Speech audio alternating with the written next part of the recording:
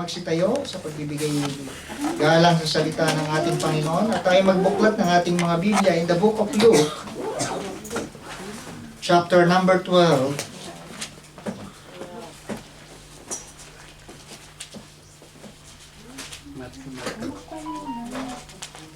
Alright. Luke 12 in verse number 13. Amen. Inyo nakita? Amen.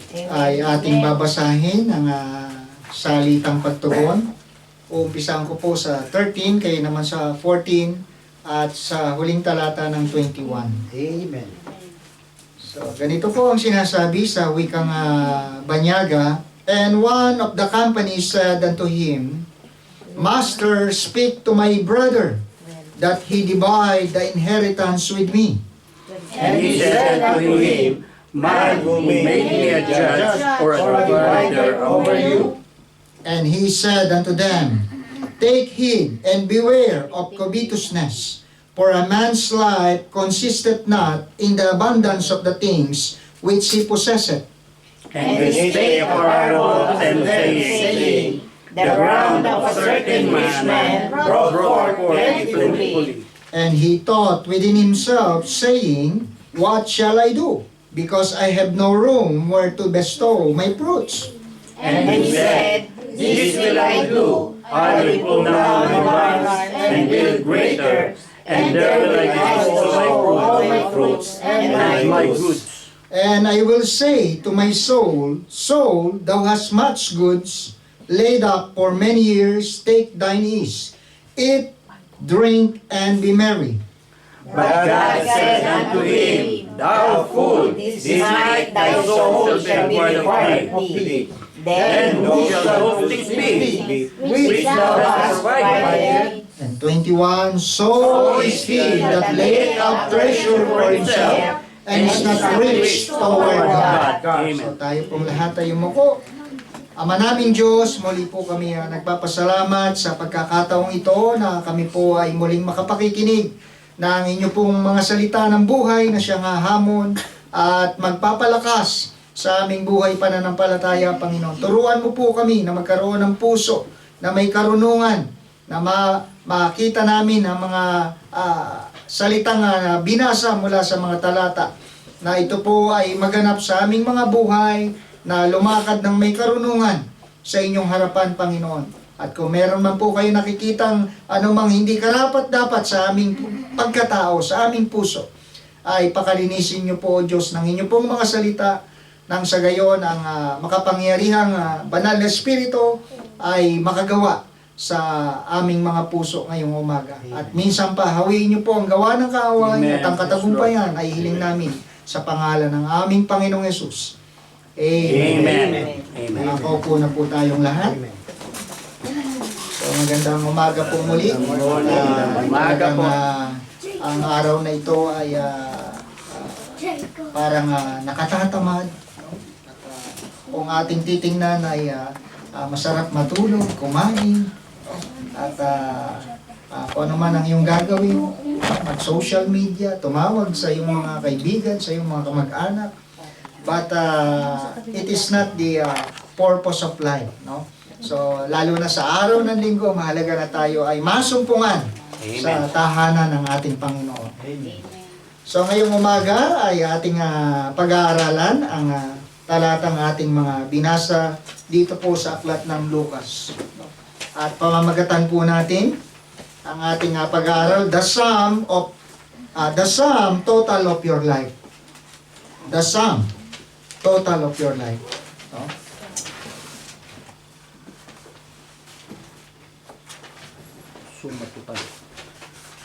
So, ano mga meron tayo, meron ka sa buhay mo, no? Ay ano ba talaga ang purpose nito, no? Ano ba talaga ang mangyayari dito, no? So, we as Christian, no, tayo po ay naniniwala na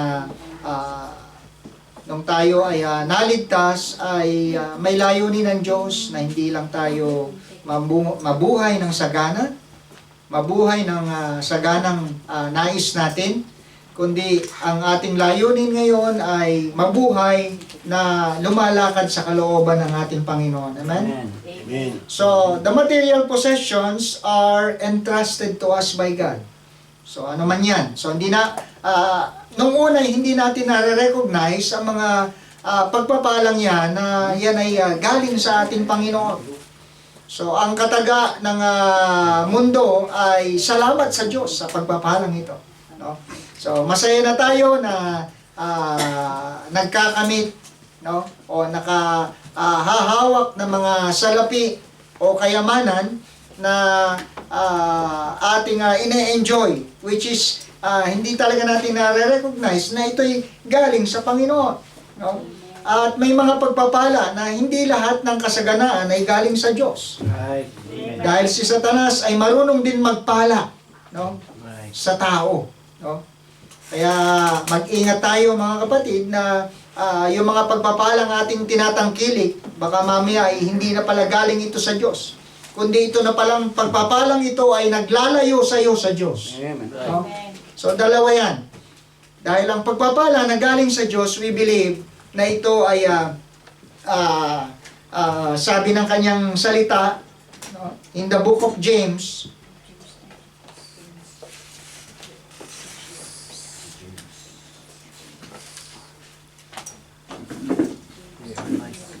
in every perfect gift, sabi doon, no? Yan.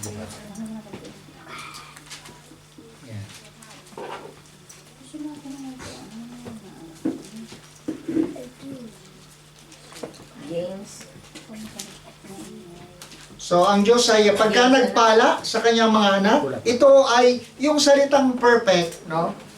Unang-una, ito ay yung kaligtasan na ating tinanggap sa pamamagitan ng pananampalataya, no? At doon sa pagpapala na ibinigay ng Diyos ay hindi ito nagdudulot ng tinatawag na pasakit, hindi ito nagdudulot na mapapasama tayo, kundi mapapabuti. Kaya ang pagpapala na regalo ng Diyos, no, ay hindi ito naglalayo sa isang mananampalataya para paglingkuran mo ang ating Panginoon, no? Kundi ito ay lalo kang inilalapit, no, sa ating Panginoon. Kaya ang pagpapala na naglalayo sa iyo sa Diyos ay hindi pagpapalang galing sa Panginoon, kundi ito'y galing sa kaaway ng ating Panginoon. Tama ba? Tama, Book of James.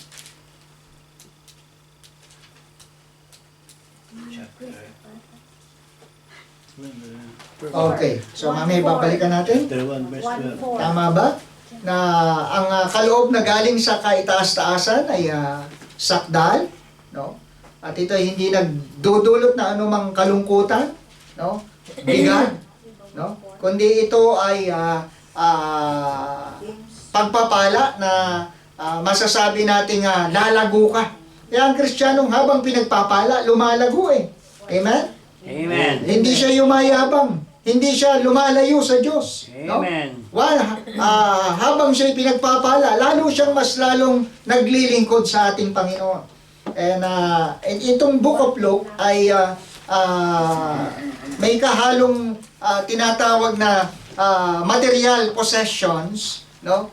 Na kung saan ang ating Panginoon ay kanyang sinabihan ng lalaki doon sa ating binasa sa text na, Panginoon, pwede bang ikaw na lang ang magsabi na hatiin ang aming mga mamanahin, no? Okay, nakakalungkot. 1:17. Ayan, tama, 1:17. Every good gift. So, at sabi ng ating Panginoon, sino siya para hindi naman siya hukom para gawin itong mga bagay na ito, no? Kaya nagbigay ng isang parabola ang ating Panginoon regarding sa mga ari-ariang ito. Na meron daw isang mayaman, no, na sa sobrang dami na ng kanyang perang naipon, no, marahil matalino o madiskarte ang taong ito. Hindi ko alam kung ito'y nakapagtapos ng kanyang pag-aaral o ano pa man. Ngunit isang bagay lang ang sinabi ng kanyang salita na ito ay nagkamal ng material possession, mga ari-arian. So, maging bunga ng kanyang saka. Sabi dito, sa verse number 17, and he thought within himself, saying, what shall I do? Because I have no room where to bestow my fruits. So, wala na. Yung wallet ko, putok na. No? Yung bangko ko, puno na rin ang salapi. No? Hindi ko na alam saan nilalagay ang mga ari-ariang ito. Sana all. At sabi ng sabi dito, ay maging ang kanyang kaluluwa ay kinausap. Ayan. So nakita nyo, kaya ang magkamal ng limpak-limpak na salapi, pati kaluluwa mo, kakausapin mo eh. No? Imbis na ang Panginoon ang iyong kausapin, no? Sarili mo na ang kinakausap mo. Kaya nakakabaliw pala maraming pera. Kaya mag-ingat kayo. Amen. So, di baling kaunti yung pera, pero malinaw ang isip. At sabi niya, sa 19, and I will say to my soul, soul, thou hast much good, and laid up for many years. So talagang masipag, araw-araw paggising, trabaho agad, no? At tuwing sweldo, talagang iniipon niya, no? Hindi niya halos nagagalaw ito, and then, for how many years, ganon ang kanyang ginawa. That's why, sabi dito, ng ating Panginoon, but God said unto him, thou fool. So nakita niyo, mayaman to. Pero anong sabi ng Panginoon, ikaw na hangal, ikaw na mangmang, ikaw na walang alam. So nakita niyo? Yan ang sukatan ng tagumpay sa mundong ito. Kung anong meron ka eh. No? Kung anong naipundar mo. No? Yun ang kanilang sukatan ng tagumpay. Pero sabi ng Panginoon, ikaw na hangal. No? So, ang tao pwedeng magkaroon ng maraming ari-arian, maging matagumpay ang kanyang buhay, ngunit sa harapan ng Panginoon, siya ay hangal. Siya ay mangmang. At sabi dito ng Panginoon, thou fool, this night thy soul shall be required of thee. Kukuhanin ko ang iyong kaluluwa. At ito ang nakakatakot. Yung pinaghirapan niya ng maraming taon, yung kanyang pinag-ubusan ng lakas, saan mapupunta? Sabi ng salita ng ating Panginoon. Kanino mapupunta? Sa wala. Siyempre, alam natin, may mga kamag-anak siguro to, may anak. Ano? Pero sabi ng Panginoon, hindi mo mapapakinabangan yan. So, itong masakit yung inuubos mo ang lakas mo, ang panahon mo sa mga material na bagay, and then hindi mo alam, yun na pala ang araw na ikaw ay mamamatay. Ayun. No? So, in verse 21, so is he that laid up treasure for himself and is not rich toward God. So, yung nag-impok ng salapi, pakinabang para sa kanyang sarili lamang, no? Sabi dito, this is not rich toward God. So, anong tingin ng Panginoon? Pulubi. No? So, ayaw natin na maging pulubi sa paningin ng ating Panginoon. Amen? Amen. Gusto natin, kasi ang sabi ng Panginoon, tayo mga heredera, tagapagmana ng langit, may mansyon na titirahan, at lalakad sa kalsadang ginto. Nakita nyo? Yung ginto, yung mga malalaking nakikita nyo sa mga tao, suot na singsing na mga kadenang ginto. Doon, tinatapakan lang natin sa langit. Nakita nyo? Kaya yung mag-ipon ng kayamanan, hindi masama yan. No? Magsikap, hindi masama yan. Ang sinasabi ng Panginoon, yan ay, yung pakinabang na yan ay ikaw na lang. Wala na, hindi parte, hindi bahagi ang Diyos sa buhay mo. Kaya anumang bagay meron tayo, maliit man o malaki, dapat bahagi ang Panginoon. Amen? Amen. Kaya salamat Ang tithing, hindi lang para sa malaki ang pera Hindi lang sa maliit ang pera. Kundi pantay-pantay lahat. Amen? Lahat tayo pwedeng magbigay. May malaki man ang sweldo mo, maliit man ang sweldo mo. Yung 10% parehas nung malaking sweldo at nung maliit ang sweldo sa harapan ng Panginoon. Amen? Amen. Ito na malaki ang sweldo, no? Na hindi makapagtapat sa kanyang 10%, pero itong kakapurit ang kinikita na nakapagtatapat sa Diyos, mayaman sa mata ng ating Panginoon. Amen? Amen. So nakita natin. So number 1, material possessions are entrusted to us by God. So ito yung mga pinagkatiwala lamang So ang malungkot, hindi na-recognize nung mayaman na ito'y galing sa Diyos. Na-recognize niya na ito'y galing sa kanyang kasipagan. Paano mo nasabi ang Pastor Manuel na iniisip lamang niya na hindi bahagi ang Diyos doon sa kanyang kinitang pera? Okay. In the book of Deuteronomy,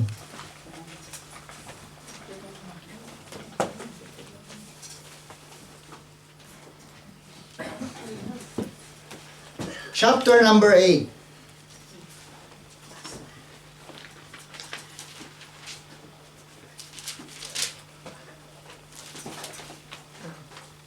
And verse number 10.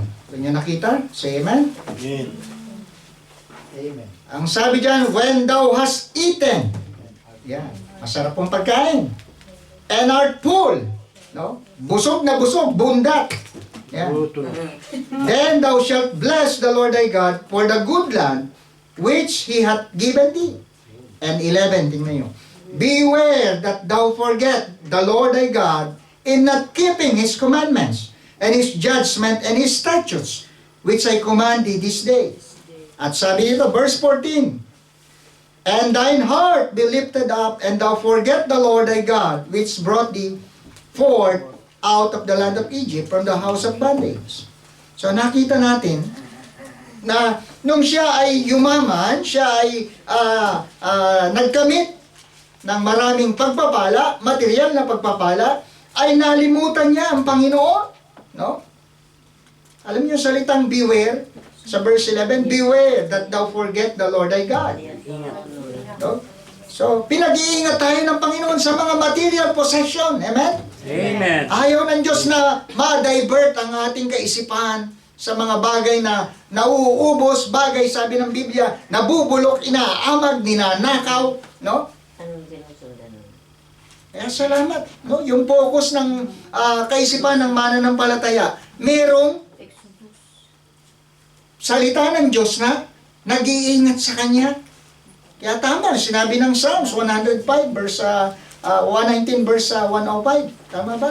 Na sabi ng, thy word is a lamp unto my feet and a light unto my path. Salamat may ilaw. Salamat may kaliwanagan. Salamat klaro.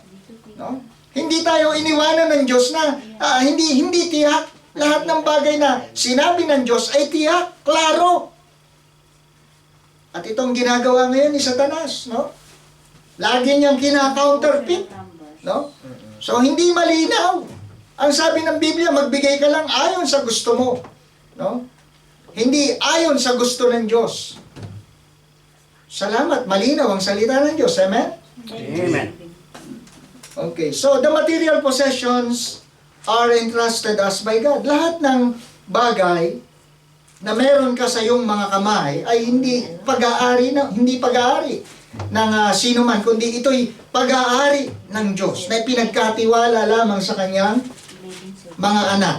No? So, sinasabi ng ating Panginoon ang bagay na ito, no? Tayo bilang mga naliwanagan na, tayong mga meron ng tiyak na patutunguhan pag tayo binawian ng buhay. Amen? Amen. Kasi pagka namatay tayo, lahat yan iiwan eh. Right. So, hindi ka manghihinayang. Bakit? Alam mo kung sino ang pinaglingkuran mo. Yung possessions mo o ang ating Panginoon. So, kaya masaya ka eh. Ang Kristiyanong kinuha na, pinromote na ng ating Panginoon, namamatay ng payapa. No? Hindi, walang yung tipong kulubot ang mukha. No? Kahit anong makeup siguro ilagay ng embalsamador, ayaw umunat eh. Sa daming isipin. No? So, pero ang Kristiyanong payapa, hindi na kailangan ng makeup. Natural talaga nakangiti no? Parang natutulog lang. Ayun. Yun. Parang natutulog lang. So, number 2, life does not consist in the abundance of things you possess. So, in verse number 13, 12:13,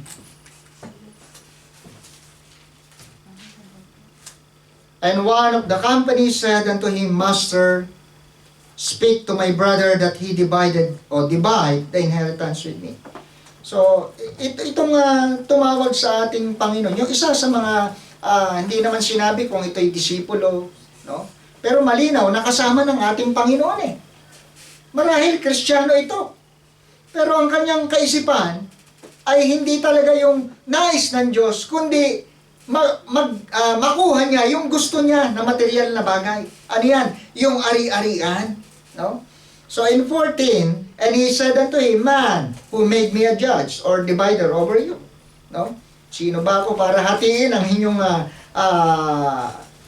ari-arian? And he said unto them, Take heed and beware. Yung salitang take heed, andyan na naman. Kasi maraming tao, hid-hid eh. No? Ano yan?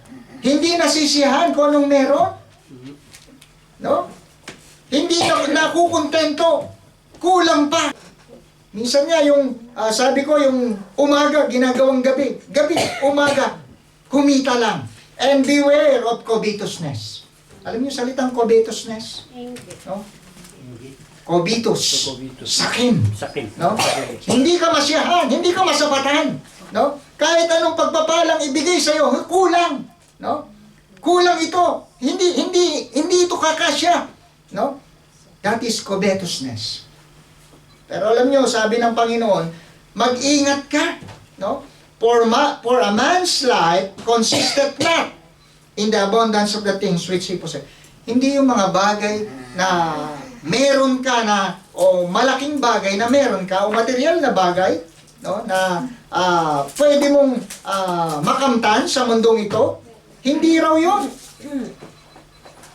Bakit? Kasi sabi ng Panginoon, mahalaga yung inawit kanina. Little is much when God is in it. No? So, gumagawa ka hindi para makilala ka, matanyag ka, no? Kundi ginagawa mo ito para sa Panginoon. Ang isang mananampalataya, yung kakapurit, marunong siya magpasalamat. Lord, thank you Lord for this blessing. No? Bakit? Meron siyang contentment. Meron siyang tinatawag na kasapatan. No? Ang Panginoon, pag nagpala, hindi talaga yung pagpapala na mapapasama ka eh. Pag nagpala ang Diyos, yung mapapabuti ka. Amen. Kaya kung meron man tayong mga blessing, ano man yan, material man yan, no, trabaho man yan, pamilya man yan, dapat ay makakita natin na sa Diyos galing yan. Amen? Right. Amen. Kaya yung contentment sa atin, mahalaga eh. No? So, kaya yung prayer na itinuro ng Panginoon, give us this day. Give us this day. Hindi sabi ng Panginoon, yung iniisip ng lalaking mayaman sa parabola, na buong taon wala siyang ginawa kundi mag-impok ng salapi. So hindi masama yun na mag-prepare ka. Ang sinasabi dito na wala na ang Panginoon sa buhay mo. No? Hindi na siya napaparangalan kundi ang sarili mo. No? So hindi siya nakapag-ingat, hindi niya nabantayan ang kanyang puso. No? Sapagkat nakita niya na doon sa abundance na meron siya, okay na siya. Pero hindi pala. Hindi nagtapos doon. Bakit? May kamatayan, kapatid. Siguro kung walang kamatayan, ito na isa sa pinakamasayang tao eh. Marami siya eh, na kumpleto na eh. Wala na siyang ihilingin. So ang kailangan na lang niya, kamalig na paglalagyan ng kayamanan. Hindi ko alam kung anong sa panahon natin, baka ito'y kahadihero, no? O anumang lalagyan, sisidlan, na pwedeng pagtaguan mo ng pera, no? Alala ko yung mother ni brother Oscar, di ba? Nagtatago ng pera doon sa kawayan, no? Unti-unti, napuno. Nakita na lang nung nawala na yung nanay, di ba? So, hindi ko alam kung anong sisidlan yun. Pinaglalagyan nyo ng pera. No? Pero ang sinasabi dito ng ating Panginoon na hindi sukatan ng kayamanan sa lapi, no? Para sabihin ang buhay mo'y sagana. Hindi. Why? So number 3, recognize the blessing of God in your life. Verse 16. Sabi dito sa talatang 11, and he spake a parable unto them, saying, the ground of a certain rich man brought forth plentifully. No? The ground of certain rich man brought forth plentifully. Recognition. So, yung lupain ng mayamang lalaking ito ay nagbunga, no? Alam niyo yung bunga na kanyang tinanggap dito, no? Ay hindi kasi niya nakita na ang nagpatubo nito ang Panginoon eh. Ang nakita niya yung kikitain nito, yung mahahawakan niyang salapi, no? Pero kung siguro ang nakita niya yung Panginoon, no? Eh talagang siya na yung nabuhay na masaya. Amen. Bakit? Parte ang Diyos eh, bahagi ng kanyang buhay. Kaya lang nung magbunga yung mga pananim, no? Ang nakita na may-ari, hindi ang Panginoon na nagpatubo ng bunga. Ang nakita niya yung kikitain niya. No? Ba't kaya gano'n? Ang Panginoon pagka halimbawa, lagi na lang material possession. Hindi niyo ba napansin? Bakit? Kasi may sakit talaga tayong covetousness. Kahit mananampalataya tayo, kahit mga anak na tayo ng Diyos, nananahan pa rin sa ating mga laman ang pagiging makasalanan. Kaya hindi yung katawan ang iniligtas ng Diyos eh, yung kaluluwa. Right. Pero ang dapat mabago, yung karakter. Minsan iba yung karakter natin eh, no? So kaya itong katawang lupa, ang mangyayari diyan, makikinabang lang diyan uod eh. Yung lupa pataba, no? Sa ating katawan, bakit? Walang pakinabang, no? Pero yung kaluluwa, no? Yung karakter natin, no? Yun ang mahalaga sa Diyos. Kaya yun ang iniligtas, no? At yung ating katawang lupa, ating sinusupil, yung lumang pagkatao. Andiyan pa rin yun, nagagalit ka, naiinis ka, minsan nakapagsasalita ka na hindi maganda, that is the old nature. Yun yung lumang pagkatao natin. Salamat, dahil ang salita ng Diyos, kahit na tayo punong-puno ng kahinaan ng ating katawan, ng ating laman, no? Nadidisiplina sa pamamagitan ng salita ng Diyos. Napapaalalahanan, amen? Kaya salamat. Ang pastor hindi talaga nangangaral sa isang tao. Nangangaral siya sa lahat ng tupa. No? Walang espesyal. Pantay-pantay kayo. Si pastor may tinitingnan. Porket nakapagbibigay lang na mas malaki yun, mas mabait yun kaysa akin. Si Ani laging peting Hindi. Dahil ang salita ng Diyos ito'y walang pinipili. Amen? Amen. Kung tayo may merong favoritism, ang Panginoon, lahat tayo favorite. Amen. Kaya lang, syempre, kung sino yung matapat, yun ang nako-compliment ng Panginoon. No? Paano naman ko-compliment kung yung isa hindi nagtatapat? O anak, napaka-giver mo naman kahit hindi. Dahil lumabas pa sinungaling ang Diyos. Diba? So, kino-compliment niya. Kaya sabi doon, diba, sa ating stewardship, well done, thou good and faithful servant. Amen? Amen. Masarap kung lahat tayo sasabihan ng Panginoon pagdating sa langit, well done, my son. Enter thou into the joy of thy Lord. Amen? Amen. So, hindi ko alam kung anong nagawa mo na sa buhay mo. Ilang taong ka na. No? Ano na na-invest mo? Hindi ko alam. Ikaw wala nakakalam yan at ang Panginoon. Pero isang bagay ang tinitiyak ng salita ng Diyos. Habang may oportunidad ka, gawin mo. I-recognize mo kung ano mang pagpapala meron ka. Maliit yan o malaki. Parehas yan sa harapan ng Diyos. Amen? Amen. Kaya yung magtapat ka sa maliit, sa malaki, parehas eh. At alam niyo, ang pinakamahirap pa, yung may pagpapala kang malaki, at dito ka magtatapat, mas mahirap. Mas malaki ang tithe nun. Mas malaki ang love offering nun. Eh, yung maliit. Madaling ibigay eh. Panginoon, bahala ka na. Yan. Sinabi mo, gagawin ko. Pero yung marami, naku, sayang po. Diba?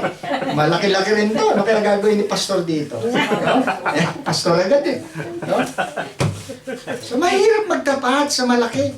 Pero kung na-exercise mo na yan sa maliit, yung covetousness mo, wala eh. Amen?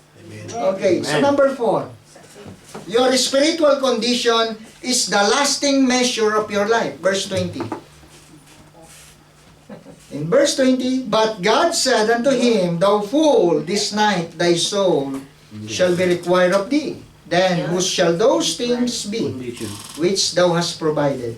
No? Mapapasaan? Mapapakanino yung lahat ng kinita mo, napakinabangan mo? No?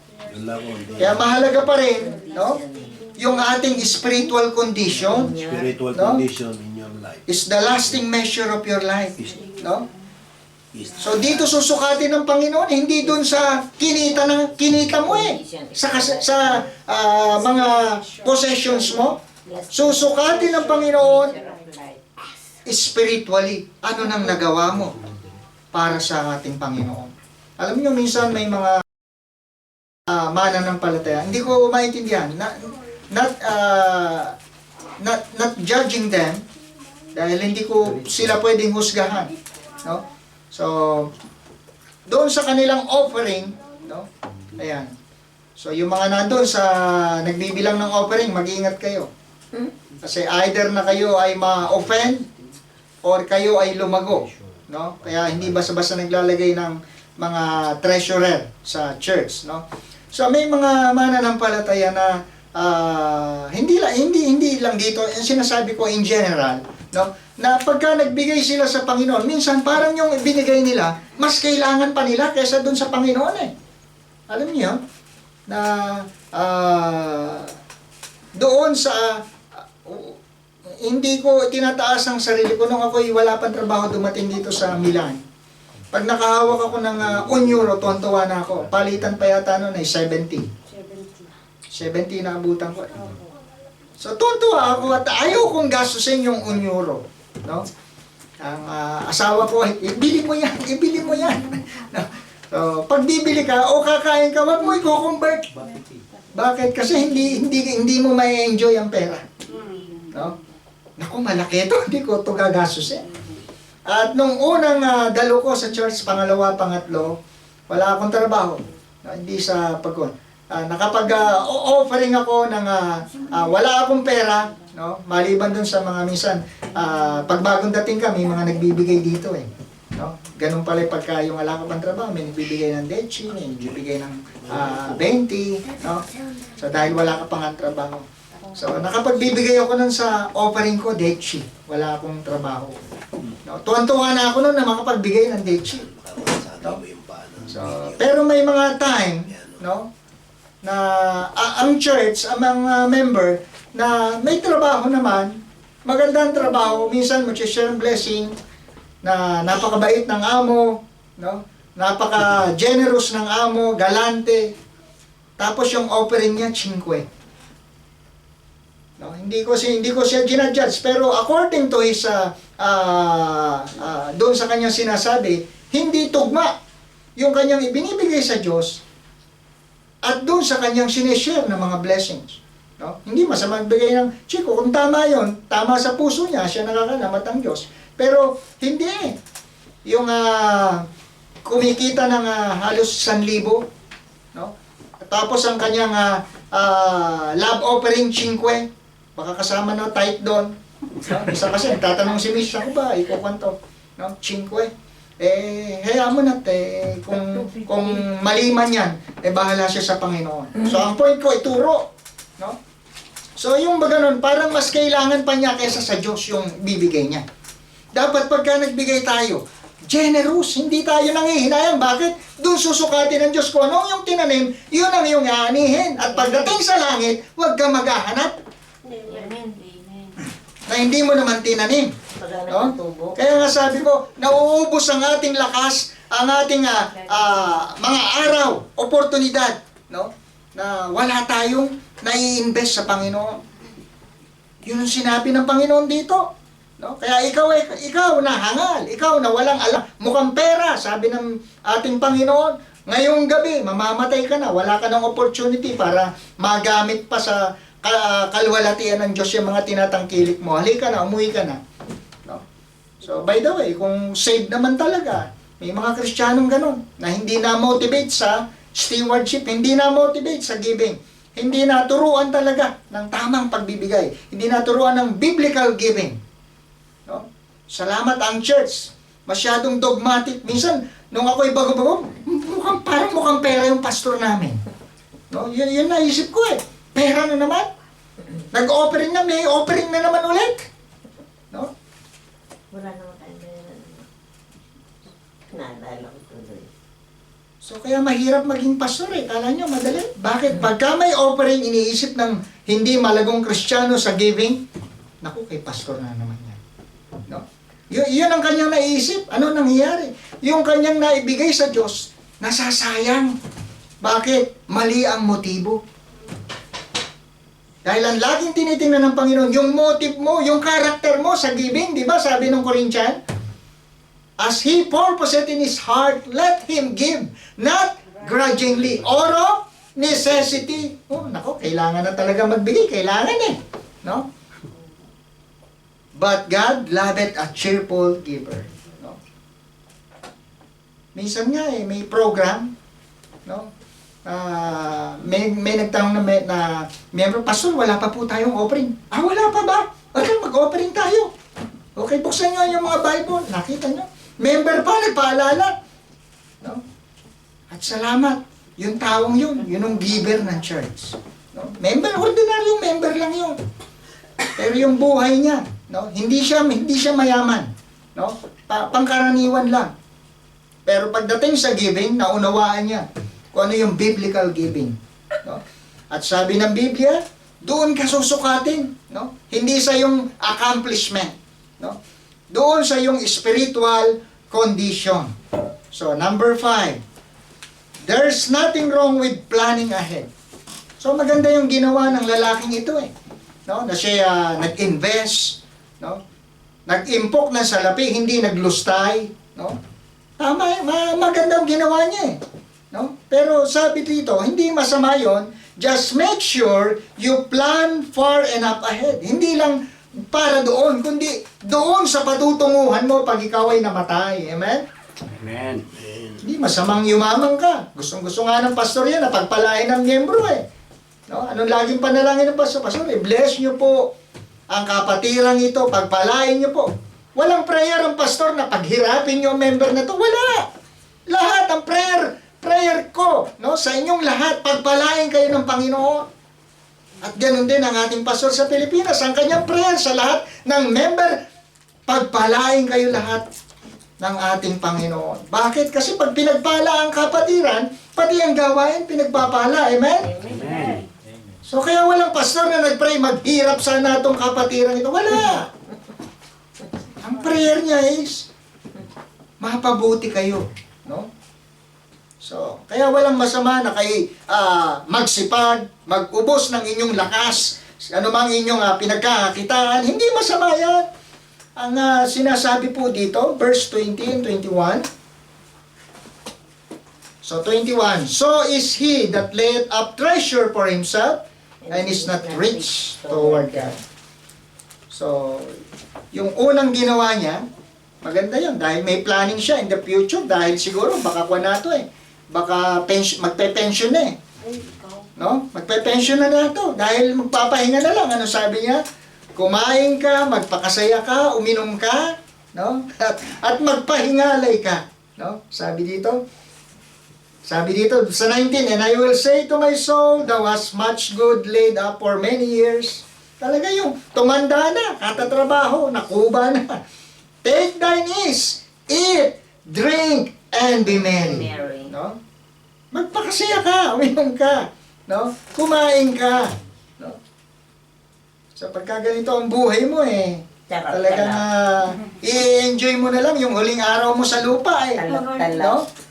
So ay malungkot yung inipon mo katulad na to, di ba? Nung siya nakapag-impok, sabi ng Panginoon, tapos na. Kasi ang Panginoon nagtatakda ng buhay ng tao di ba? Hanggang dyan na lang. Yung inipon mo, bahala na. Basta importante sa akin, yung appointment mo. No? So, yung appointment mo, tapos na. Ngayon, ang tanong, anong nagawa mo para sa ating Panginoon? No? So, dapat meron ka rin pagpaplano, hindi lang sa future mo dito sa lupa, meron ka rin pagpaplano sa future mo, sa second life. Amen? Kaya yung pag-iimpok sa langit, no? Sabi ko magkakaroon ka lang ng bank account pagka na-save ka. No? At pag na-save ka, mapapabilang ka sa isang iglesia. Kaya hindi biblical yung patalon-talon na membership Hindi ka lalago Pagpalipat-lipat. At hindi tinuturo ng Biblia ang tinatawag na palipat-lipat ng membership. Unless, maliban dun sa nag-abroad, hindi na uwi, sige, pastor, hindi na po ako uwi at hihingin ko po ang inyong letter of referral na itatransfer ko na ang aking membership dito sa isang church na ito na dito ako makapaglilingkod. Kasi hindi ka na magagamit sa Pilipinas eh. So andito na ang iyong pamilya, ang iyong anak, no? So at mahirap naman kung palagi kayong online, di ba? So hahanap ka ng isang local church na doon ka magagamit. Doon ka magiging pagpapala. At yun ang purpose ng Panginoon sa isang Kristiyano. Kahit na tayo nag-abroad, pero kung ikay nakaka-uwi-uwi pa naman, wag mo muna ilipat basta-basta ang membership. Pag-pray mo muna. Amen? Kasi iba naka-abroad. Pastora, dito na po ako, itatransfer ko ng aking membership. Hindi po. At hindi tinuturo ng mga churches dito yan. I don't know if you heard this yung aking sinasabi, no? Dahil syempre ang motibo karamihan, naku, dagdag member yan, dagdag, di ba? Pera-pera lang yan. So hindi. At kung ikaw naman galing ka sa church na naturuan ng tinatawag na church ethics, magsasangguni ka muna. Kristiyano ka pala, brad. Saan ba ang church nyo? Sino ba ang pastor nyo? Ayan. So, bago kita tanggapin, hihingin ko referral ng pastor mo. Meron nga pastor dito, walang referral ng membership ng kanyang church. Walang transfership na naganap. No? Basta iniwanan ng church, nagpastor. Ganun na lang. Ciao, ciao, church. Sabi nga ni Limal, bye. Hindi naman sa binigyan ng No? pastor eh. So, kaya dapat matuto tayong magpaalam doon sa nangalaga sa atin sa panalangin. Nagturo sa atin. No? So, kaya dito sa ating binasa, hindi masama na magplano. No? So, yung ating future, no? Sa ating, lalo na sa ating buhay pananampalataya. Kasi yung investment, mahalaga na mapabilang ka sa isang local church, no? Dito ka magamit kasi doon mo ine-exercise ang yung tinatawag na stewardship, ang yung ministry, ang yung ministry. Kasi kung wala kang church, anong ministry meron ka? Di ba? Saan member ka? Ay, member ako ng Baptist Church. Saan? Doon. Saan doon? Diyan. No? Kaya mahalaga yung tinatawag na, di ba sabi ng Biblia, na yung salitang faithfulness, na manatili ka doon sa mga bagay na mga natutunan mo at nalalaman mo kung kanino mo ito mga natutunan. No? Kaya napakahalaga na nga faithfulness. No? At hindi tayo naniniwala sa patalon-talon, yung grasshopper membership, no? So, bukod sa hindi ka lalago, hindi ka ibe-bless ng Lord, no? But continue thou in the things which thou hast learned. Yung salitang continue, manatili, no? So, yung ating membership dapat ay kung hindi naman kinakailangang alisin, huwag mo nga alisin, no? At syempre, kung yung pupuntahan mo namang church ay naturuan ng tama, tatanungin ka muna, pababalikin ka dun sa church mo, o bumalik ka muna dun sa pastor mo, magpaalam ka bago kita tanggapin. So, kaya mahalaga yung pastoral ethics na itinuturo, no? Okay, so sa aking pagtatapos, the sum total of your life. So, kung ating susumahin yung purpose ng ating buhay, no? Lalo na pagharap natin sa Panginoon, ano na kaya ang ating nagawa? The best na kaya? O nag-uubos pa rin tayo ng lakas sa wala? Sana hindi tayo matulad ng taong ito na marunong mag-invest dito sa lupa pero hindi nakapag-invest sa ating Panginoon. Amen? Amen. So tayo pong lahat ay tumayo, tayo po'y mananalangin na.